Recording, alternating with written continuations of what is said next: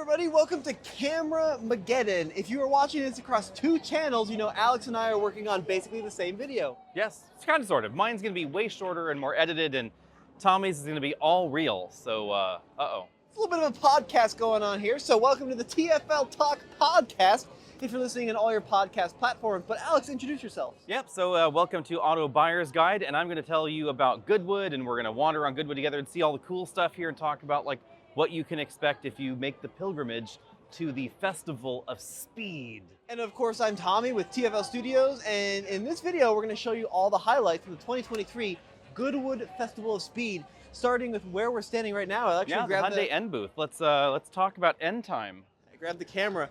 So Hyundai has chosen Goodwood to reveal a very special new product, right, Alex? Yes, but it's not this performance periwinkle model in front of us. It's actually the one behind that. Yeah, so this is the world debut of the new Hyundai Ioniq 5N, the high-performance Ioniq 5. Yeah, look at that one. 641 horsepower in an electric Hyundai hatchback. That is absolutely epic. Look at that. More on that, of course, in separate videos, because we're going to be both doing deep dives into the new Ioniq 5N. So this is a 641 horsepower Ioniq 5. It's been wide-bodied, it's got new suspension, it's got a bunch of really interesting features, and I think the most interesting feature, Alex, is it's got a shiftable 8-speed simulated automatic. Well, you know, shiftable. It's got imitation gears on an EV, which I think, should we do dueling camera wars? Which I think is a little bit silly, to be perfectly honest. I want my EV to just do an EV thing, just like I want a CVT to just be a CVT, but that is not what's going on here. Now, it is disableable, so if you prefer that seamless power, then you can get that in the Ioniq 5N as well. And when we say shiftable, it will actually dip the torque and change the output of the motor, and you can actually lug the motor. You can, in theory, hit a rev limiter as well, all on this electric architecture. Yeah, and of course, it'll make imitation engine sounds, all that good stuff, along with the fake shifting. Let's check out the inside really quick. So pretty aggressive bucket seats. And here you can see some changes for the interior layout. So for example, that is a fixed center stack with a bracing point for your knee. Yeah, that's what they say. I'm kind of interested in that because I wasn't the biggest fan of the really loose center that we have in the regular Ioniq 5. I think that is kind of an interesting twist. Yeah, and then still lots of room back there, it looks like, for you, Tommy. Loads of room. Bunch of exterior changes too, like the wheels, 21-inch wheels. Massive wheels, massive tires too, 275/35 R21s. The biggest brakes that we've ever found in an N car, almost 16 inches up front.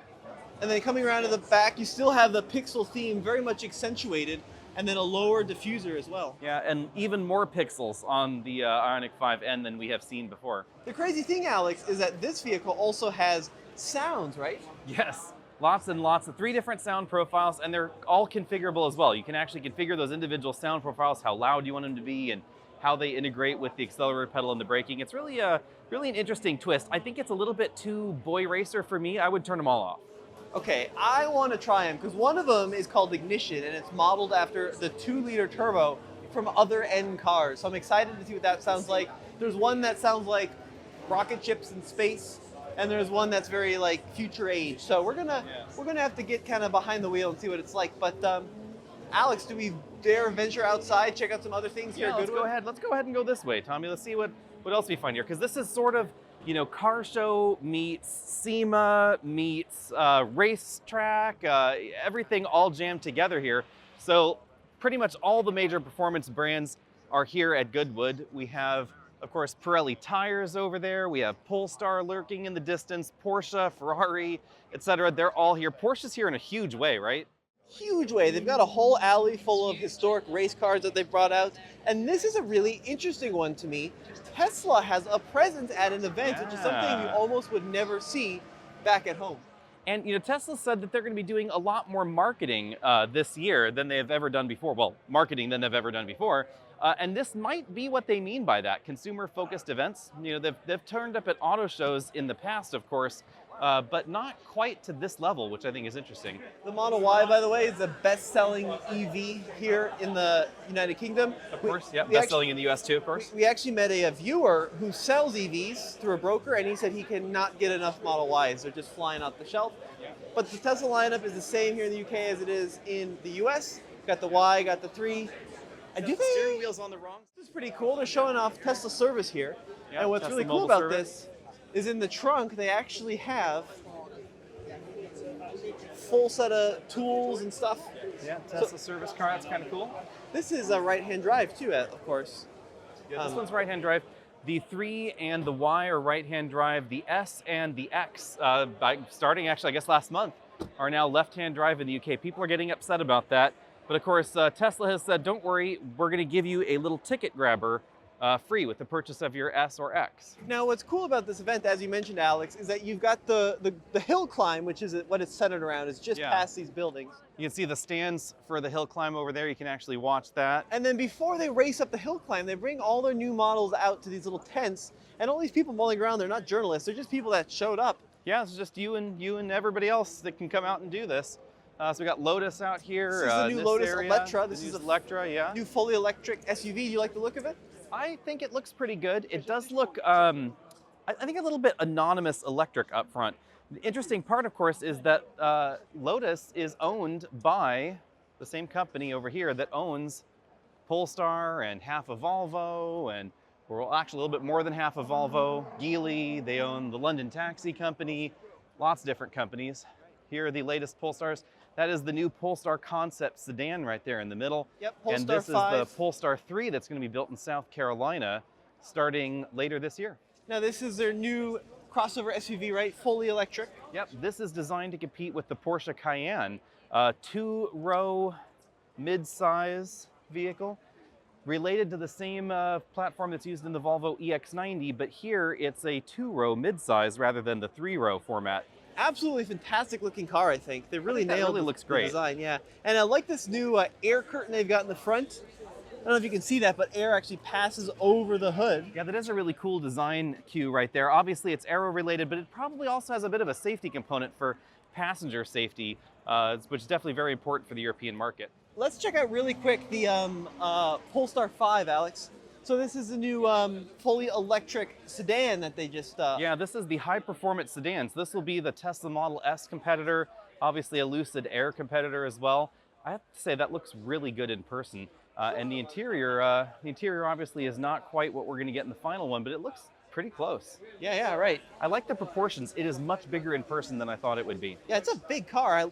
Once again, very angular front end with the little kind of Thor hammer design still incorporated there. Look at that long hood. That is an extraordinarily long hood for an electric car. Pretty attractive overall, wouldn't you say? Yeah, I'm really intrigued by the Polestar 5 and when we see that in the US. Polestar staying busy here with new offerings. Here's a Ristorante, one, a 1963. Getting nice and rained on now, Alex. This is a typical British summer, of course, which is why I love it, because I do not do hot. So making our way over here, we got Alpine. Alpine, of course, is known for making small, fun to drive, fast, quick sports cars. The Alpine 110 is right there. I believe this is a new electric model of the mid-engined sports car, supercar almost. That is pretty cool looking. Very, very cool. Yep, carbon hood there with the little stripes across the front. Yep. And then this is really cool. This was just debuted too. This is a throwback to the rally car, the A290. This is electric here with that central steering wheel, kind of wacky. Yeah, it's just pure race car, of course, but really cool to see. And then there's the internal combustion version of the Alpine. And Toyota's got a Over here we got Toyota, yeah. pretty good with size- some BMWs. pretty good sized presence here at Goodwood, wouldn't you say? Yeah, I mean, well, BMW has a better presence, I guess, because, you know, that Supra is just the BMW Z4. I really like this. This is I really like the Mirai. Mirai Sport concept. It's got some GR goodies on it, like the carbon hood here. Pilot Sport S5. Enormous wheels. Yeah, these are the new Michelin Pilot Sports. I just drove these on the Aston DB12, and these are some of the most impressive tires I've driven in a long time. Lots of carbon fiber bits, carbon fiber trunk lid, things like that. It's kind of cool. I've seen a number of hydrogen vehicles. And Alex, we got to make our way over here because something really cool has just debuted over here as well. What's this little blue thing? This is the Ford Explorer EV, but not the Explorer you're thinking about. This is a compact 2-row Ford Explorer that's going to be built in Germany in the Ford factory, but is related to the Volkswagen ID3 and ID4, of course the ID Buzz as well. Yeah, it's an MEB architecture. So this is marketed as a Ford Explorer, but underneath it's a Volkswagen. So 77 kilowatt hour battery, rear wheel drive or all wheel drive. A pretty attractive little unit. I really like the look.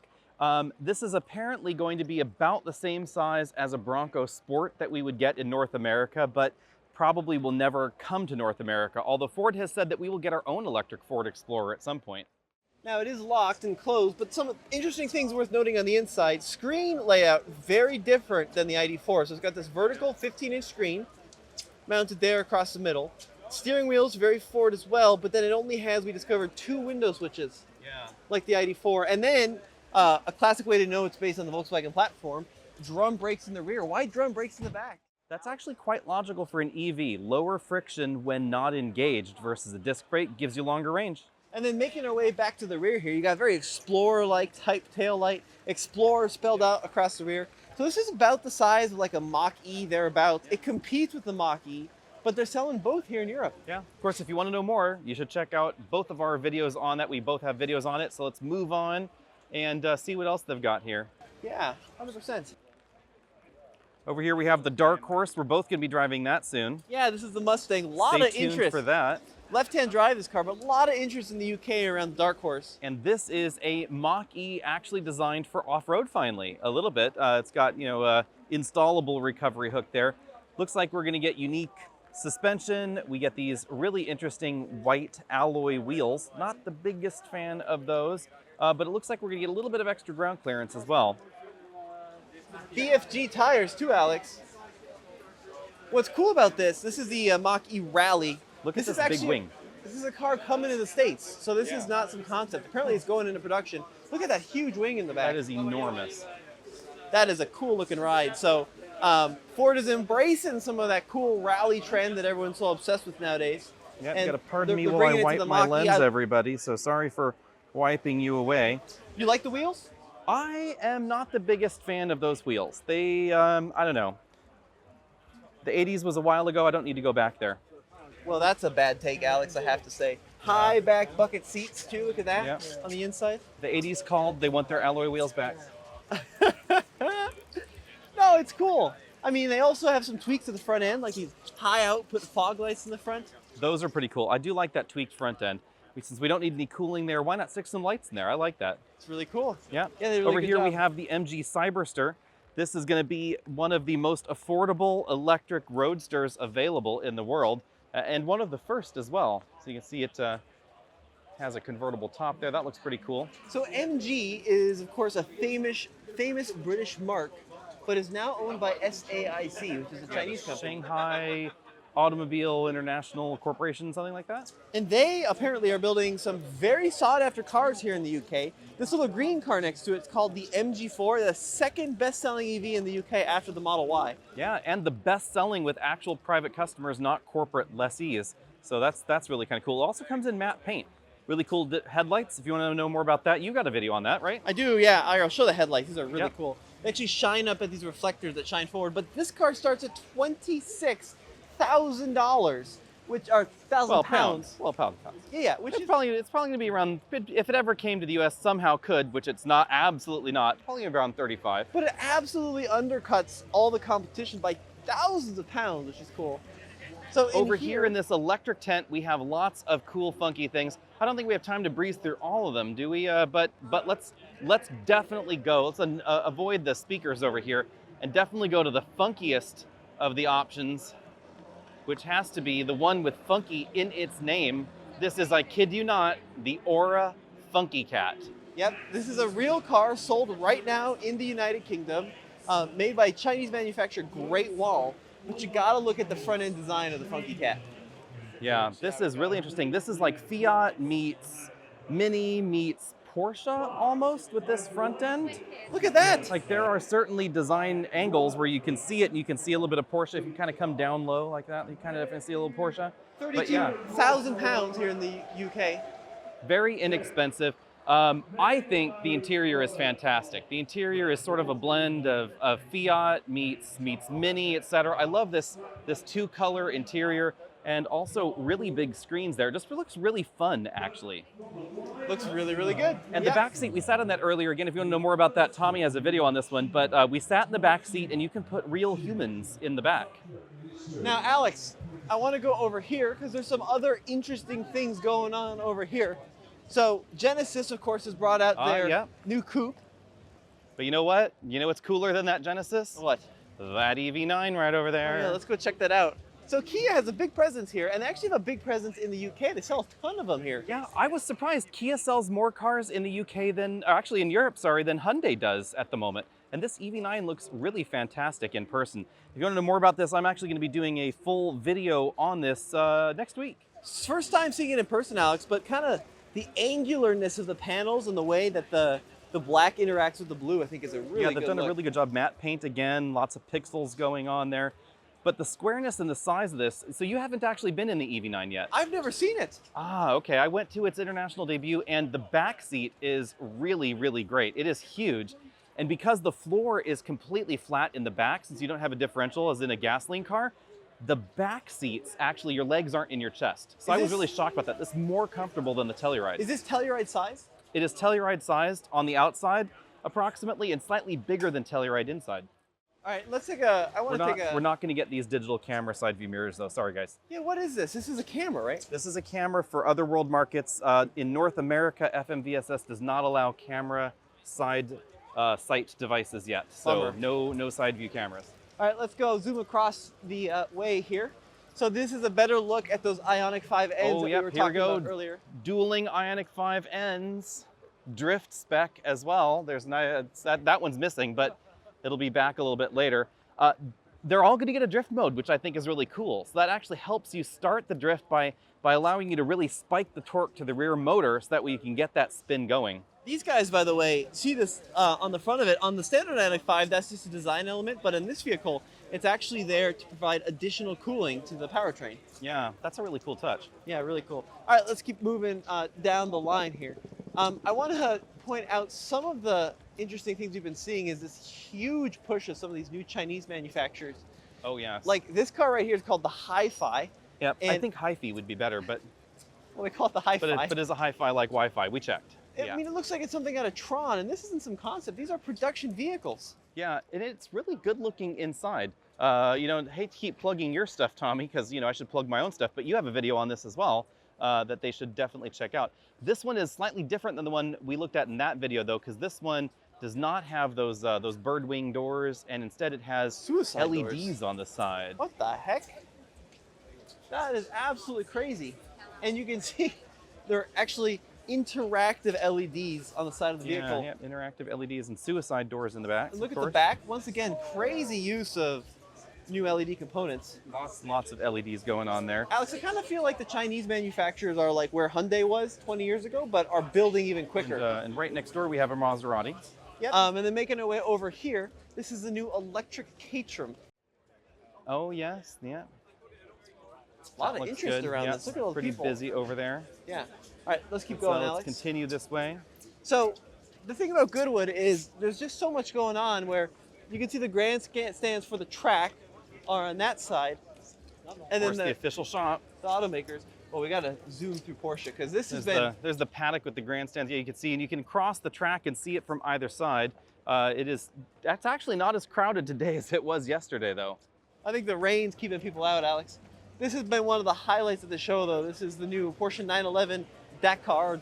Yeah, that looks pretty darn cool. It's their lifted 911 in, of course, the old school Porsche livery, rough roads racing. And it's got the roof rack, it's got the slight lift, based on the 911 GTS, but an absolutely fantastic looking ride. Porsche's got the new Cayenne out here with a pretty big presence as well. Got Aston Martin over here. Yep, so they got the DBX out here. And then, if we keep going, some other interesting models have also made an appearance. Yeah, like BMW's new iX Hydrogen. Again, Europe definitely seems to love the hydrogens. Ineos Grenadier brought out the hydrogen concept, which is actually going to be using the same fuel cell as this BMW i5. Of course, the iX5 hydrogen uses the same cells as the Toyota Mirai, only they're assembled in a BMW factory in Germany. And that's going to be available in Europe soon. What's interesting about this hydrogen X5 is that so many of the hydrogen vehicles we've seen up to this point, like the offerings from Toyota and Hyundai, have been kind of weird looking. Yeah, and But- this looks like a regular BMW i. Yeah, it just looks BMW like X5 rather. standard car, which is really cool. Even the inside, Yep. it says hydrogen, but there's nothing that outlandish about it. Yeah. Also, pretty similar to what's going on over here with the Ineos Grenadier. If you haven't checked them out, you should definitely see them too. We have videos on that as well. Alex, you're missing the big news here, buddy. Oh yes, the BMW i5 is right next door. This is the new 5 Series, of course, from BMW. And this is the electrified version. Yeah, because BMW is giving us electric and gasoline versions of the same car rather than Mercedes, where they're designing an entire new one. This is the first time you and I have been up close with the new Grenadier hydrogen fuel cell demo vehicle, though.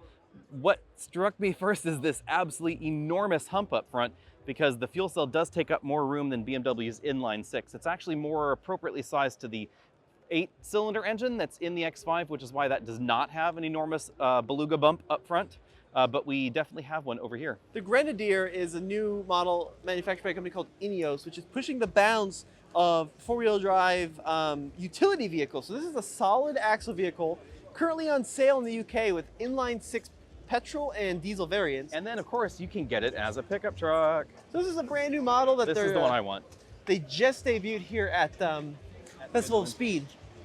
This is Yeah. called the Quartermaster. So it's based on the Grenadier, but it's got a 5-foot bed, and it's actually a pretty good sized bed for a vehicle of Yeah. this shape. And what's intriguing about the bed for some coming from North America is it's a 5-foot bed, but it's actually closer to a 5-foot bed that you would find on a half-ton truck than a mid-size truck, because it's fairly wide. And they said that was done so that way it can accommodate a European average pallet, which is differently dimensioned than the pallets that we find in North America. But solid axle vehicle, so beam axle front and back, body on frame, about 7,000 pounds of towing capacity, Yep. and a really attractive vehicle. I think that's a really interesting. It's About going to be 1,600 pounds of payload, they said in this one. starting price here in the UK is 73,000 pounds, which is going to be close to 80,000 US. Yeah, a little pricey. And of course, in the US, we might get extra taxed on that one, since it is a truck and it's going to be imported, apparently. But Alex, so here, let's make our way down here. We'll do a quick little tour and then we'll wrap it up. What's been Yeah. your impression of Goodwood? It's fantastic. I like the combination of car show meets, you could Wera tools. If anybody's interested in tools, I love Wera's tools, screwdrivers, ratchet sets, etc. I'm kind of a tool nerd, so that's over there. They're fantastic. But all the accessory manufacturers, chemical guys and their car wash stuff is here, etc. eBay's right over there. So all that's going on. Then there are debuts that you can actually attend. So we were both a little bit salty about this for a while. It's not Hyundai's fault, but the Ioniq 5N actual debut, there's 7-year-old kids running around right in front of it. So if you want to take your kids to world debuts of new cars, they can actually do that at Goodwood. Yeah, and it's not like you were behind like a barrier. I mean, they were right They're up right next. there. Yeah, kids got to go hop in the door just as soon as we did. Yeah, but they've got everything for car enthusiasts here, from not only new car manufacturers, but aftermarket part suppliers. They got ice cream, they got food, they got expensive tickets. I think it's pretty pricey to get into Goodwood. It is. But of course, you can come and you can get your 99. What's a 99, Alex? Tommy got the 99. It's the whippy in the coronet with the flake. It's an essential combination. Missing any of those elements, it is not a 99. Now, this is largely a supercar show, so we've seen a huge number of really high-performance vehicles being debuted, like the new Aston Martin Valor, which was debuted at Goodwood, but is not actually here as far as I can tell. Yeah, I'm a little bit disappointed in that. And then like an electric 911 concept, I think, was also debuted around this time. You can buy some used cars here. There were some very nicely restored vehicles. There's some high-end classics that are for sale in some of these booths. Not just used cars, Alex. You can buy a converted Citroen 2CV that's gone electric. Yes, and you can buy the conversion kit right in this booth right here. Let's narrow in on the funky electric Citroens. It's a Citroën, Alex. Yes, I don't speak French, so sorry about that. I failed French actually twice. 10 kilowatt battery, that's kind of cool. 15 kilowatt motor, a little bit less cool. Range 65 miles, sounds very optimistic to me. Well, they're saying sympathetic to the original 602cc performance. I happen to own one of those, and that is not going to be a very high performance this van, model. that is fantastic. Yes. It's pretty cool. And they claim it's only about 60 kilos heavier than the original Citroen. 30, I think, isn't it? Is it 60? 30? It's something like that. Something like that. But yeah, so you can have the classic car look with an EV power. You like that idea, Alex? You like the converted thing? I like that idea. The range, though, that is definitely a bit of a bummer, since it obviously was not designed for the battery in there. You know, range is going to be a little bit problematic. So, other cool thing, right, is if you are looking for examples of what you can do, like in this case with your plastic Porsche 911, tractive suspension has an option. There's boats here, there's food here, there's tool companies and tool suppliers. There's inflatable hot tubs here. Look at that. My favorite one, though, Alex, we got to go take him to the Ram booth because this is the most. Yes, there is a Ram TRX here, which is not its native habitat. Let's just put it that way. So this is classic Goodwood here, right? The Ferrari collection. Absolutely fantastic. Yeah. Right, that's classic to what to expect. And then when you come around the bend, you see the latest and greatest in hypercar from Ferrari. You see Norton motorcycles, classic British brand, iconic for their cafe racer bikes. And then we see a pickup truck with more horsepower than most Ferraris. You see a bright yellow Ram Of course they TRX. brought a yellow one. Of course they did. This is absolutely fantastic. Now, And you can win apparently a week in a Ram 1500, probably not the TRX, but you can win a week in a Ram 1500 pickup truck, which I think is hilarious because I would be absolutely frightened to death to drive that around anywhere here. I have found kind of some amusement with the Brits' interest in the Ram trucks. It's actually a really busy booth. A lot of folks are interested. Yeah. I think you can buy the Ram trucks here in the UK. In some areas you can, and so, of course some areas in Europe you can buy them, but they're gray market imports. But yeah, it's, let's just say you're not finding too many of these in London. But they got double Challengers in there too, so if you want an experience with a Challenger here in the UK. You can scan that and win it for a week, everybody. Oh, this is cool. So these are Volkswagen vans, all-wheel drive vans that a company's been outfitting to, you know, Yeah. all sorts of different specifications. And what are they going to be doing when the ID Buzz is the only Volkswagen van we can get? Which is funny though, Alex, because in US for outfitters, you really have the Sprinter and you have the Transit and the ProMaster. But here in the UK, you got everything from Volkswagen to Peugeot to Citroën, right? All these different manufacturers have a van that can be outfitted. This is very true. All right, Even Alex. Fiat has a van. Well, they do have a van, don't they? They do have a van. The Ducato, I think it's called. So this is cool too. There's actually people out here buying classic cars. So various dealerships bring in like this Cortina or those Aston DB9s to come by. This is an interesting company. What do we got here, Alex? Segway. Like we have Segway mobility devices, scooters, Segway ATVs, Segway side-by-sides. Look at that. That's kind of cool.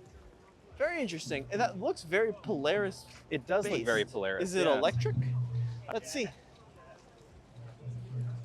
No, 4-stroke 2-cylinder, Oh, wah, wah. 105 horsepower. Yeah, it's got to be pretty Damn. fast. 18,000 pounds. Yep. All right, Alex, I think we should probably start wrapping it up here. Yep, and the way we have to stop, of course, is to walk into the Great British Fudge Company and buy something fudge related.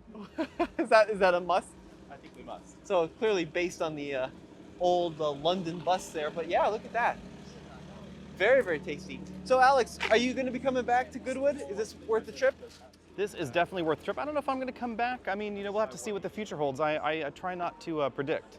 And a big thank you to Hyundai for inviting us out here to experience the Ioniq 5N.